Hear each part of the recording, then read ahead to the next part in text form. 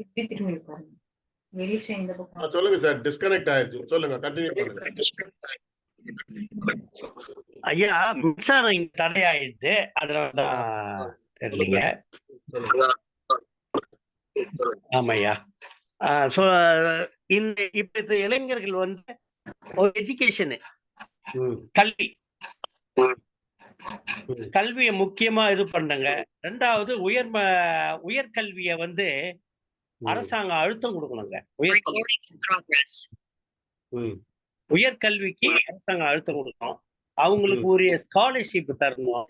இப்போ அண்மையில கூட வந்து தாட்கோ நிறுத்தி வைத்து உள்ளார்கள் இந்த ஸ்காலர்ஷிப் எல்லாம்.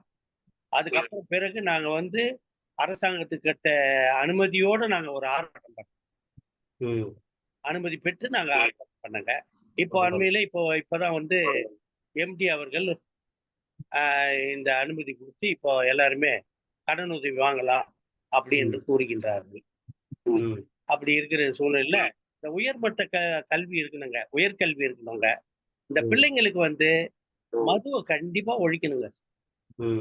மது இருக்கக்கூடாது, மது முக்கியமா இருக்கணும். ஏன்னு கேட்டா எல்லாருமே இப்போ இன்றைக்கு நிலைமைக்கு வந்து கோமா ஸ்டேஜ்ல ஆயிடுறாங்க. மனநலம் பாதிக்கப்பட்டவர்கள் போல ஆயிடுறாங்க. இப்போ நான் பகுதி வாரியா ஒரு பகுதி வாரியா போகிறோம். இந்த பிள்ளைங்க வந்து மருந்து குடிச்சிட்டு சின்ன சின்ன இதுல சுத்திக்கிட்டு இருக்கிறானுங்க. எந்த சூழ்நிலையில அவனுங்க என்ன சிந்திக்கிறானுங்கன்னே தெரியாம இருக்கிறானுங்க. நம்ம முன்னோடி தலைவர்கள்லாம் இருந்தாங்க. அவங்கெல்லாம் வந்து இந்த மதுக்காக மதுவே இல்லாத நாடா இருந்ததுங்க. இது வந்து கண்டிப்பா மது விலக்கு இருக்கணுங்க. கண்டிப்பா மதுவை ஒழிக்கணுங்க. இந்த இளைஞர்களை வந்து வாழ வைக்கணும்.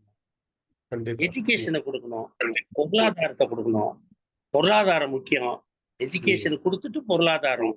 அனைத்து வங்கிகளிலும் பாரபட்சம் இல்லாம எல்லாருக்கும் கடன் உதவி கொடுக்கணும். நீ இவன் பெரிய ஆளு, இவன் இந்த பெரிய ஆளு, இதுல வந்து நீ பறைய, நீ பல்ல, நீ அருந்துதியது இப்படி எல்லாம் சொல்லாம, ஒரு தாய் மக்கள், எல்லாம் பட்டியலின மக்கள், எல்லாம் பிற்படுத்தப்பட்ட மக்கள், எல்லாமே மிகவும் பிற்படுத்தப்பட்ட மக்கள் அப்படி என்று சேர்ந்து கொடுத்தால் நன்றாக இருக்கும் என்பதை இதன் மூலமாக தெரிவித்துக் கொள்கிறேன். உங்களுக்கு ஒரு தொலைநோக்கு பார்வைன்னு ஏதோ வச்சிருக்கீங்களா உங்களுக்கு? இதெல்லாம் பண்ணுனா நல்லா இருக்கும் அப்படின்னு சமுதாயத்துக்கு ஒண்ணும் இல்லைங்கய்யா. இப்போ பொதுவா தொலைநோக்கு பார்வை எதுனா, என்னுடைய தொலைநோக்கு பார்வை இப்போ சென்னையில வந்து பூவாறு இருக்குதுங்க. ஆமாங்க. பூவா ஆற்று ஓரங்குது இல்லைங்களா? கூவம் நதிக்கரையில சென்னையில இருக்குதுங்க. அந்த கூவம் ஆற்றை வந்து தூர் வாரிட்டுங்க. இப்போ சென்னையில போட்டு ட்ரெயின் வந்து விடுறாங்க, மெட்ரோ ட்ரெயின் எல்லாத்தையும் விடுறாங்க. அந்த சென்னை ஓரமா, அந்த ஆற்று ஓரமா